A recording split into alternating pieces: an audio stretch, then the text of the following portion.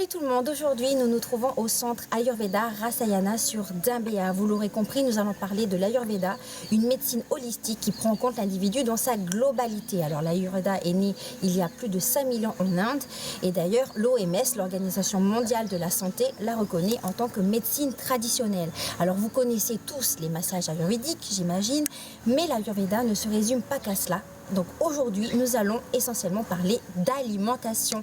Et oui, parce que pour cette médecine, ce que l'on met dans notre assiette a un impact sur notre bien-être. Alors, en quoi ça consiste cette alimentation ayurvédique? Quels sont ses principes?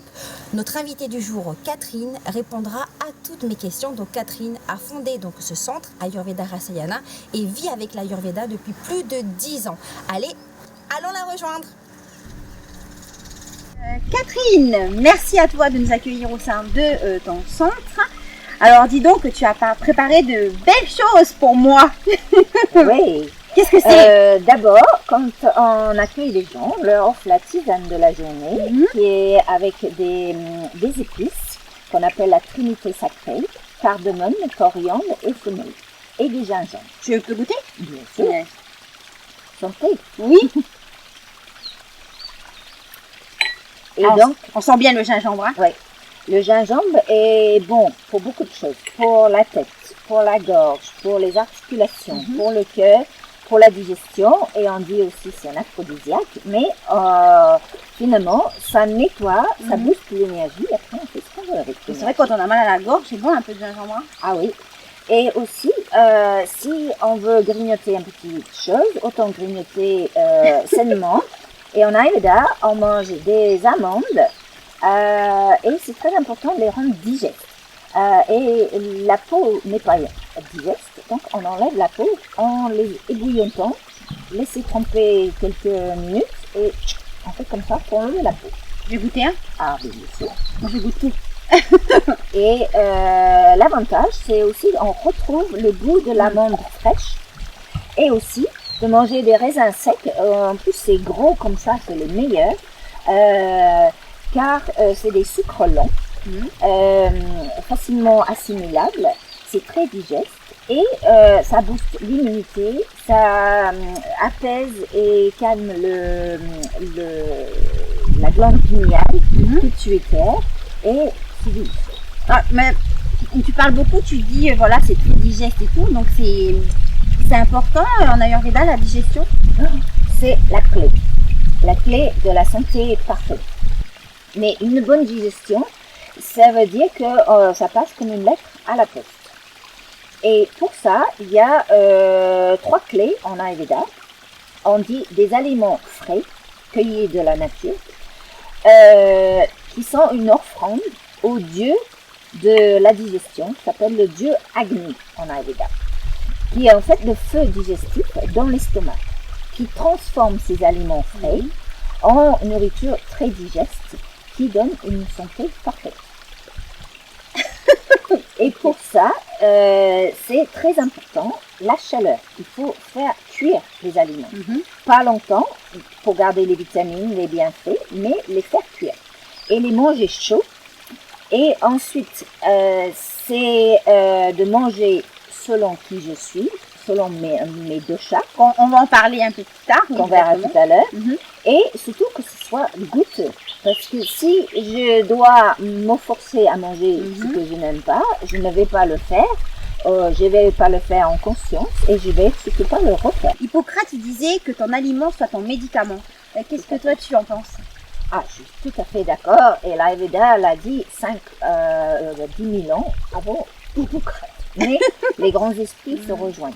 Donc, et d'ailleurs, en Ayurveda, il y a un proverbe ayurvédique qui dit quand l'alimentation est mauvaise, les médicaments ne servent à rien. Quand l'alimentation est saine, il n'y a plus besoin de médicaments. Car c'est toute une pharmacie intérieure et extérieure qui fait qu'on est en bonne santé. Donc, tu l'as évoqué tout à l'heure, tu parlais des fameux doshas.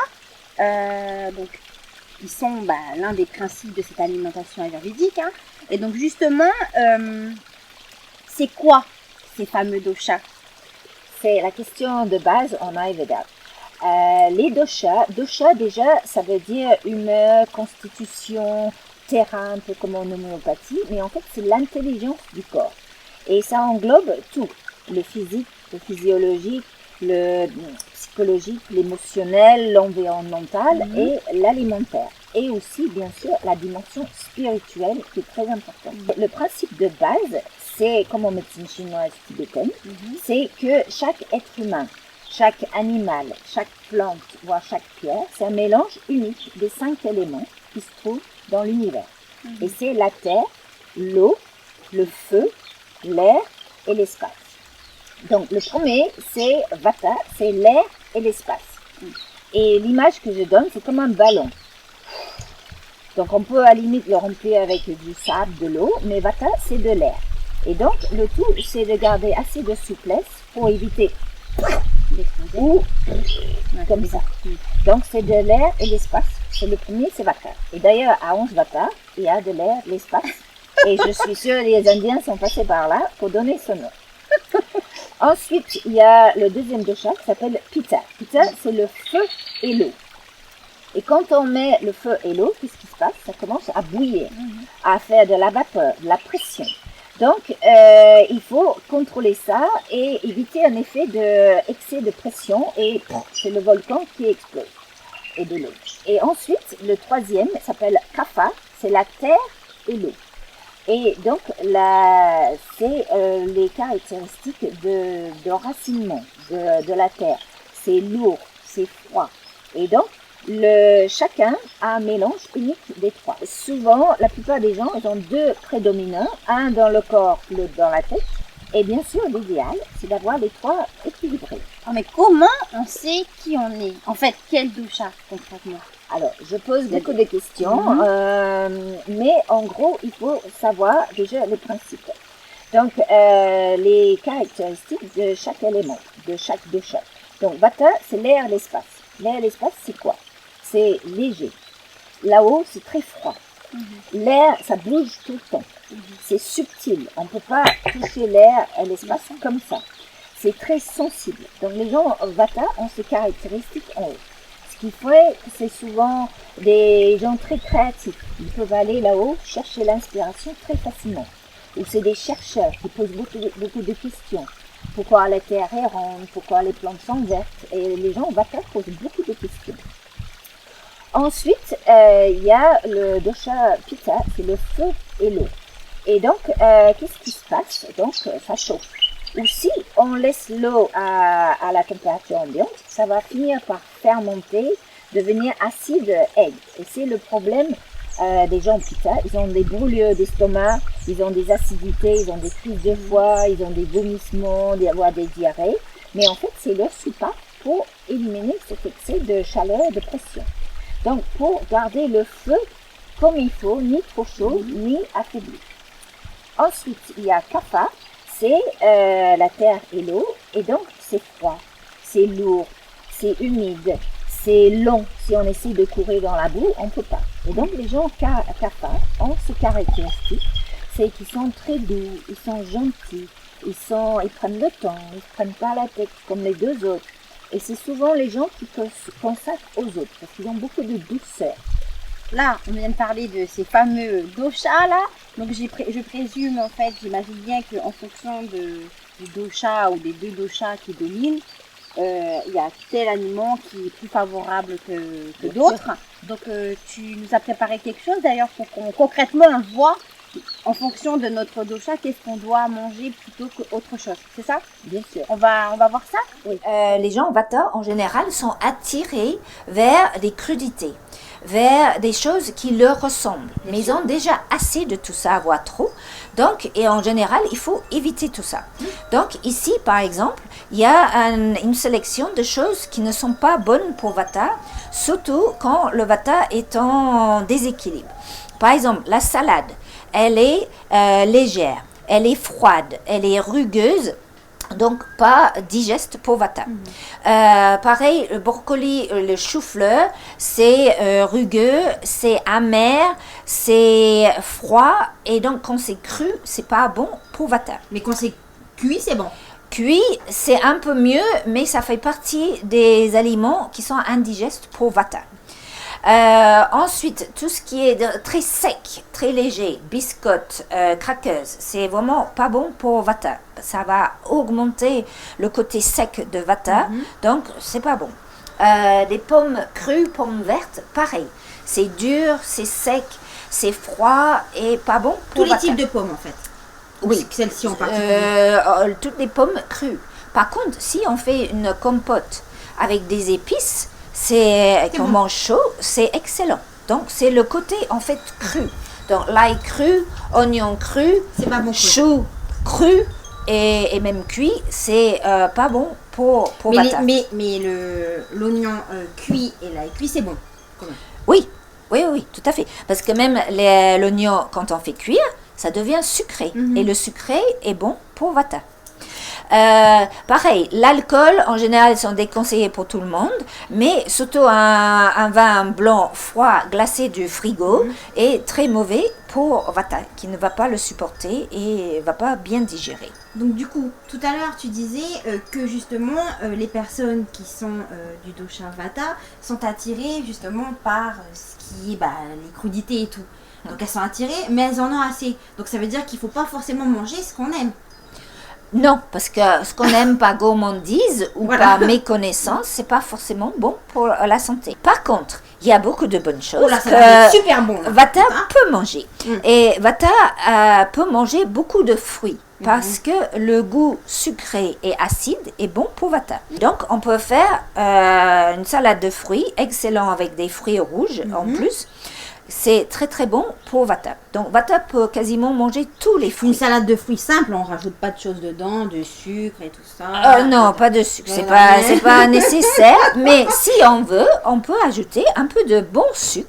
Et par exemple, de sucre de fleur de coco, c'est le sucre le plus digeste, même pour les gens kafa, qui doivent pas manger. Ça. Voilà, sucre de coco. Tu veux goûter un peu vite fait Oui. Ou sucre qu'on appelle rapadura, sucre de canne non raffiné. Oui, en gros, tout ce qui est blanc, sucre blanc, farine blanche, riz blanc, c'est en gros que des calories pour se remplir l'estomac, mais sans aucun nutriment. Parce que là, il est sucré sans être sucré en fait. Exactement, voilà.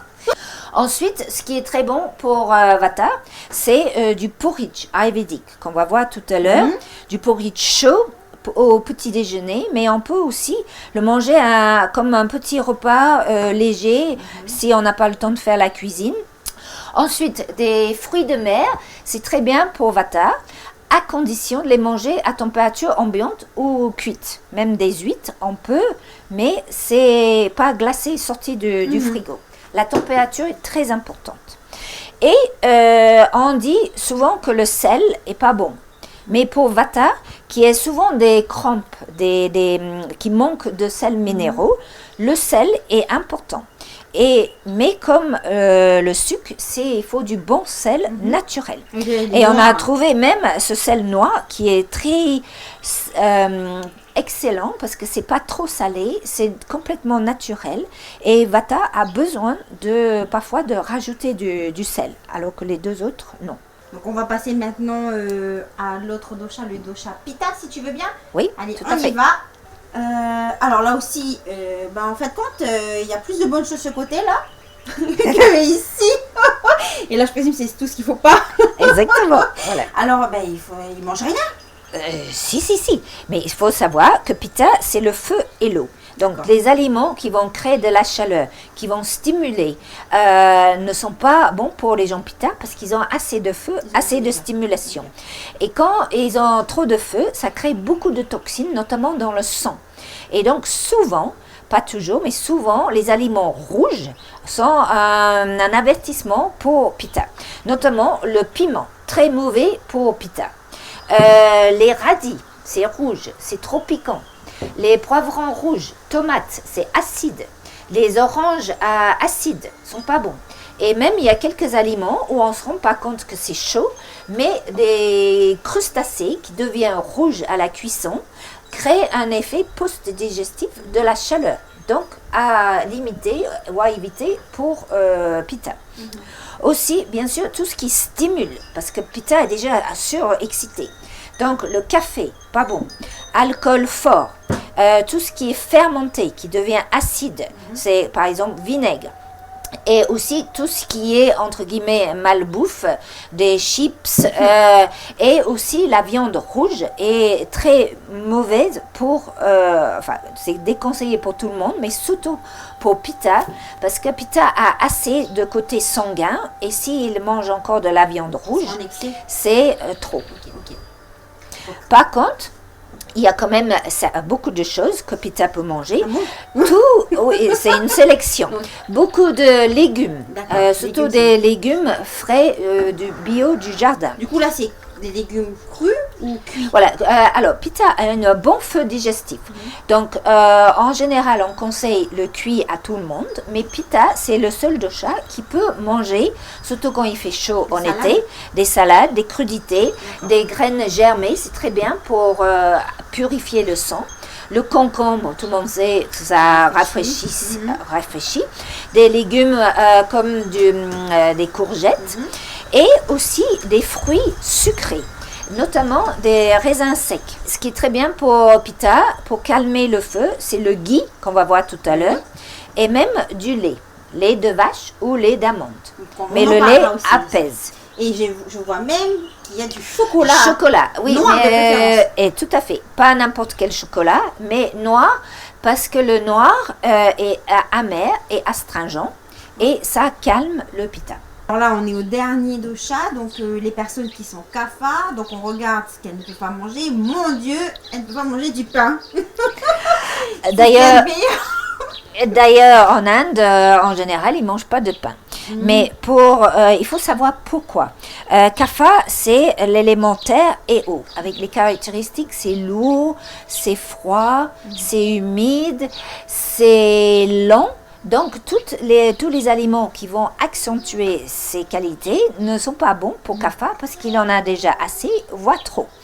Donc, je suis désolée, mais tous les produits laitiers froids ne sont pas bons pour Kapha. Donc, Pas de le fromage. beurre, le fromage comme ça, le yaourt quand c'est froid, le lait quand c'est froid, c'est pas bon parce que c'est lourd, c'est froid, c'est gras et surtout indigeste. Tout ce qui est chips, friture, n'en parlons pas. Kapha a besoin de s'alléger, a besoin d'être stimulé parce qu'il a tendance à s'affaler sur le canapé et prendre des kilos. Donc il faut le stimuler gentiment et surtout aller vers des légumes verts. Donc, céleri, très bien, c'est un diurétique. Oui, Ça fait oui, partir l'excès d'eau, parce que Kapha est très moite, beaucoup d'humidité. Rétention d'eau, c'est un problème Kapha. Donc, tous les légumes verts sont excellents. Donc, épinards, brocolis, le chou-fleur également, c'est très bien. Et aussi, le gingembre, c'est la meilleure épice pour Kapha. Kapha a quand même droit au chocolat. Un carré de chocolat, combien par jour? Mais pareil, du chocolat noir amer, même à 90%, ça ne peut que lui faire du bien. Bon, voilà pour Kapha. Et maintenant, on va passer à ce qui est des aliments qui sont bons pour tout le monde. Voilà, des aliments qu'on appelle en Ayurveda tridoshiques. C'est bon pour tout le monde. En commençant par le ghee, qui est le beurre clarifié. On va voir comment tu le prépares, le fameux Voilà. ghee après. Donc ensuite, le citron, ça a un goût acide, mais en fait c'est alcalin. Donc c'est bon pour tout le monde. Même si c'est acide, ok. Oui, parce que l'effet de digestion est alcalin. Ok. Des fruits rouges, c'est excellent pour tout le monde. Des abricots, si on arrive à avoir en frais, c'est encore mieux. Mais des abricots, c'est tridoshique, bon pour tout le monde. En Ayurveda, il faut, en fait, tu me dis si je me trompe, que les 6 saveurs, on parle beaucoup de 6 saveurs, que les 6 saveurs soient dans nos assiettes quotidiennement. Alors concrètement, c'est quoi? Même si on a un peu vu, tu en as un peu parlé de ces 6 saveurs, qu'est-ce que c'est concrètement? On va les découvrir? Oui, tout Alors à fait. c'est parti, on va découvrir ces 6 saveurs. Alors voici les fameuses saveurs en fait que l'on doit avoir quotidiennement dans nos assiettes, je dirais, que l'on retrouve dans les aliments, dans les épices. Alors Oui. tu peux nous en parler, Catherine? Voilà, les saveurs sont très importantes, pas juste pour le goût, mais aussi pour toujours la santé, parce qu'elles ont un effet physiologique, mais aussi énergétique. Et il y a même un certain ordre qu'on devrait les consommer pour faciliter la digestion. Ah, il y a un ordre. Ok. Oui, oui. Donc, normalement, on doit manger quand on a faim. Donc, il y a un vide dans l'estomac et le vide, c'est Vata. Et qu'est-ce qui va calmer Vata en plus? C'est le sucré, le doux. Donc, on devrait commencer par, en fait, le dessert, pas le sucré. Et des raisins secs, c'est une source naturelle, efficace de sucre lent, très digeste. Ensuite, pour stimuler les enzymes dans l'estomac, pour la préparation de la digestion, il faut de l'acide. Et donc, le meilleur acide pour tout le monde, c'est le citron, car ça n'a pas les mauvais effets de l'acidité pour Pitta et Kapha. Ensuite, il faut créer un peu de liquide, de lubrification. Donc, le sel, quand on laisse le sel, ça devient liquide. Donc, le sel ajoute du liquide. Ensuite, il faut mettre le feu. Donc, il y a les saveurs piquants. Ça chauffe quand on les mange. Donc, il y a de l'ail, des piments, certaines épices aussi. Ça ajoute le feu pour cuire les aliments parce que c'est un vrai cuisson. Ensuite, une fois qu'on a fini de cuire, il faut nettoyer. Et donc, la mer, et donc du chocolat noir amer, est très bien pour ce nettoyage, pour éliminer ce qui est bon de ce qui est mauvais qui va être éliminé. Et en plus, assécher l'excès d'humidité. Et le miel, c'est un très bon astringent. Donc, il y a le doux, le sucré, l'acide, le sel, le piquant, l'amer et l'astringent. Et donc quand on a ces deux chats en bonne harmonie, en équilibre, on doit, selon l'Ayurveda, avoir les 6 saveurs dans chaque repas. Donc on parle beaucoup, Catherine, de malbouffe qui engendre des problèmes de santé tels que l'obésité, le surpoids. Donc l'OMS d'ailleurs, dans un rapport récemment, a dit que 2 milliards de personnes dans le monde seraient en fait obèses ou en surpoids. En Nouvelle-Calédonie, c'est plus d'un adulte sur 2 et près d'un enfant de 5 ans sur 6 qui seraient en situation de surpoids et d'obésité, selon l'Agence sanitaire et sociale. Donc au vu de ces constats, est-ce que pour toi, si on mangeait ce dont notre corps a vraiment besoin, cela nous permettrait finalement d'éviter ce type de maladie? Bien sûr, bien sûr. Et donc, c'est toujours se connaître, éviter en gros beaucoup de choses de la nourriture industrielle, parce qu'en Ayurveda, plus on s'éloigne de l'origine de la nature, plus les plats sont raffinés, traficotés, par exemple le sucre blanc et tout ça, il n'y a aucun nutriment dedans. Et pas de surgelé, non? Ça, c'est différent. Des fois, il vaut mieux prendre un surgelé bio que un légume frais, mais avec plein de pesticides dessus. Donc on passe en cuisine? Oui, tout à fait. C'est parti, allez, suivez-nous.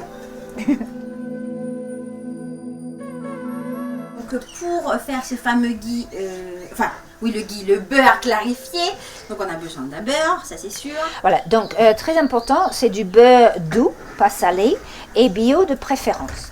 Mais si on n'arrive pas à trouver, on peut prendre du beurre normal doux et le processus va enlever beaucoup des mauvaises choses qui se trouvent dans le beurre.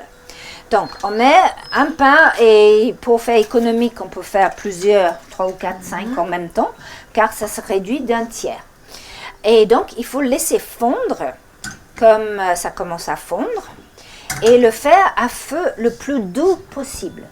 Pourquoi on parle de beurre clarifié? Parce qu'on va voir, c'est opaque pour l'instant. Et quand ce serait fini, ce serait complètement clair, clarifié.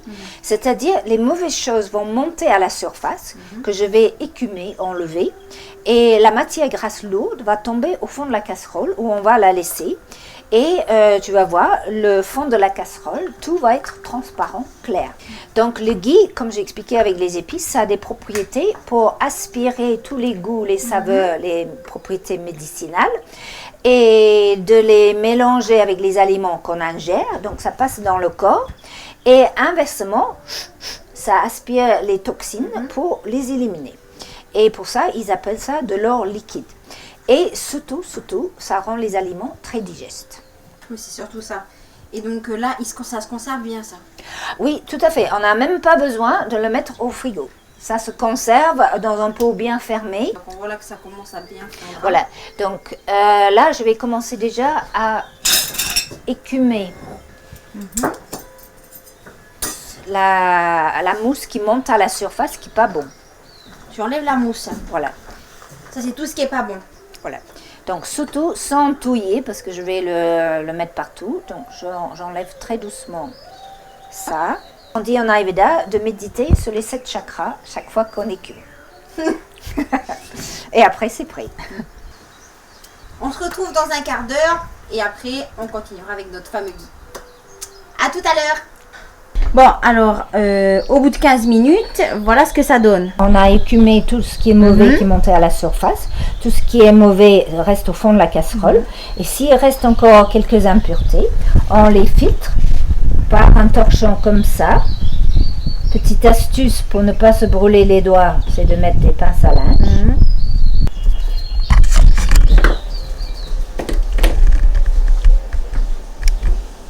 Et voilà, on a l'or liquide du ghee. Donc c'est liquide, bien sûr, quand on le met au frais, ça devient plus solide, mais les propriétés restent les mêmes. Super. Catherine, le temps passe vite. Alors pour résumer, l'Ayurveda est un véritable mode de vie. Donc voilà, c'est tout ce qui est méditation, yoga, massage et aussi alimentation, puisque notre alimentation joue un rôle important pour notre bien-être en fonction, on l'a vu, de nos doshas, Kapha, Pitta et Vata. Est-ce que toi, tu as des choses à ajouter? Oui, en Ayurveda, on dit que chacun est responsable de sa santé. Et ça passe d'abord par l'alimentation, avoir un style de vie qui correspond à mes doshas. Si vous avez besoin de plus de renseignements, vous pouvez vous rendre sur la page du centre Ayurveda Rasayana. Quant à moi, je vous dis merci à vous de nous avoir suivis. Merci à toi Catherine. Merci également à Prosper pour la réalisation de cette émission. Allez, à la semaine prochaine!